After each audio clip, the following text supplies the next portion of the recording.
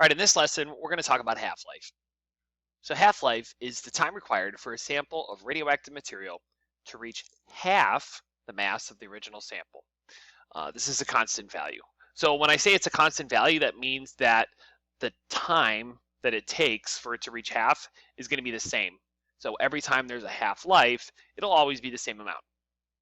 So let's take a look at an example. It says the half-life of hydrogen-3 is 12.3 years. If 48 milligrams of hydrogen-3 is released, what mass will remain after 49.2 years? Okay, so to approach this problem, we're going to make a table. So on the top, we're going to have the amount. And then on the bottom, we're going to have the time. Okay, so when we start our table, we're always going to start with the original amount, which is 48 in this case. And this is happening right now. So time that's passed is going to be 0. So after each half-life, we're going to add the time. So each half-life is 12.3 years. So this will be 12.3. Half of 48 is 24. We're going to add another half-life here, so another 12.3 years. And we're going to take our sample and we're going to have it. Half of 24 is 12. 12.3 plus 12.3 is 24.6. And we're still not at 49.2, so we're going to keep going. So again, we'll add another half-life. We'll take our sample and we'll have it. Half of 12 is 6. 24.6 plus 12.3 is 36.9. Still not there. We'll do it one more time. Half of 6 is 3. And then one more half-life is, oh, look at that, 49.2. Okay, so the question asks, what mass will remain after 49.2 years? Well, the answer is going to be 3 milligrams.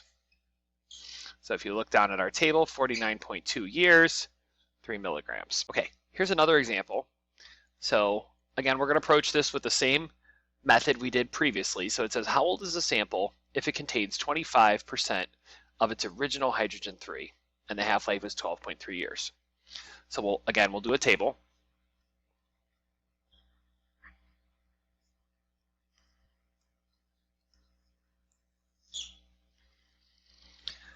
Our starting amount is, whoa, we've got a percent this time. Last time we had a mass. So when we start, we always have 100% of the original mass. And again, the time that has passed right now is 0. So again, our half-life is going to be 12.3 years. And that's what it's given in the question. We're going to have what we have. So half of 100 is 50%. And then our first half-life will occur, and that's going to be 12.3 years.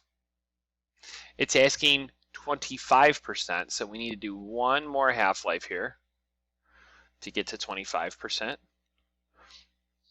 And we need to add another half-life. So 12.3 and 12.3 is 24.6.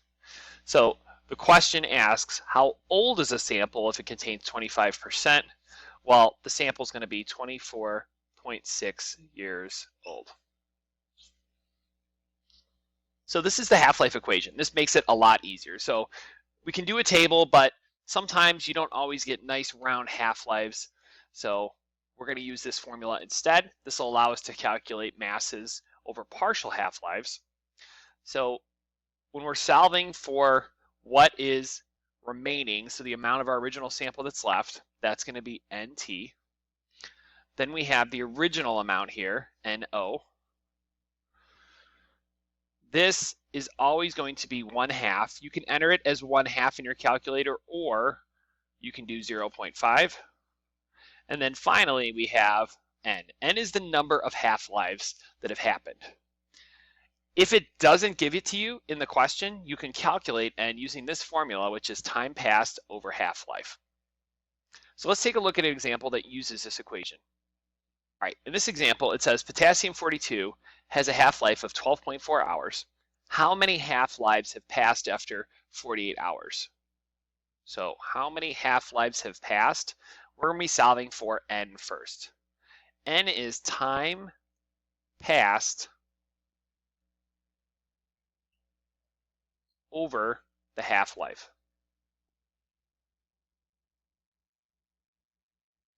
The time that's passed is 48 hours, and it tells us the half-life is 12.4. Okay, so let's bring out our calculator. We're going to do 48 divided by 12.4. So 48 divided by 12.4, we get an answer of 3.87. 3.87. Okay, so that's our n value. Second part says if the initial sample was 5 grams, how much would remain after 48 hours? So we're going to use that half-life equation. So NT equals NO 1/2 and then N. So we already solved for N. Okay, so N is going to come from up here. So let's plug in what we have. We don't know NT, that's what we're solving for. The initial amount was 5 grams. It's telling us that in the question. 1/2. And then we're going to plug in our N value. Again, that N value comes from step A, 3.87. Okay. Now, when we plug this into our calculator, this might be a little tricky if you've not done exponents in a while. So what we're going to do is we're going to do 5. You can multiply by 1/2 or you can do 0.5. So I'm going to do 0.5. And then on your calculator, you want to find the caret button. Okay. The caret button on the graphing calculator looks just like this. Okay, so it looks like that up arrow. I'm going to go ahead and click that. On my calculator, it brings it up to the exponent. If you're using one of just a standard scientific calculator, it may put that symbol on your screen. And then I'm going to type in 3.87 and hit enter. So my answer, so how much of my sample is left over? 0.34, and we'll round that to 2. 3.342 grams of my sample is remaining. Okay, in this final example, we're looking at a graph. It says, what's the half-life of carbon-14? So we start with this graph. Take a look. So on the x-axis, it's got time. On the y-axis, it's got percent of carbon-14 remaining. So if we're starting at 100% on the graph, we're going to find this point right here. Remember, half-life, half of the sample is going to go away. So we drop down to 50%. We follow that over to the curve here, and then we go down. So what is the half-life of carbon-14? So it looks like it's 5,730 years. So every 5,730 years, half of our sample is going to disappear. If 12 grams of carbon-14 are initially present, of course that should say carbon, not cation, are initially present, what mass will remain after 11,460 years? So if we're looking at our graph, let's find 11,460 years. Let's follow that up to the curve here and go over.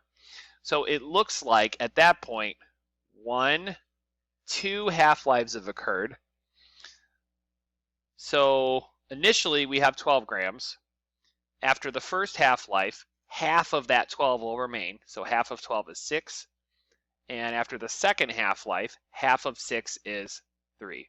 So the answer is 3 grams will remain after 11,460 years. And that's half-life.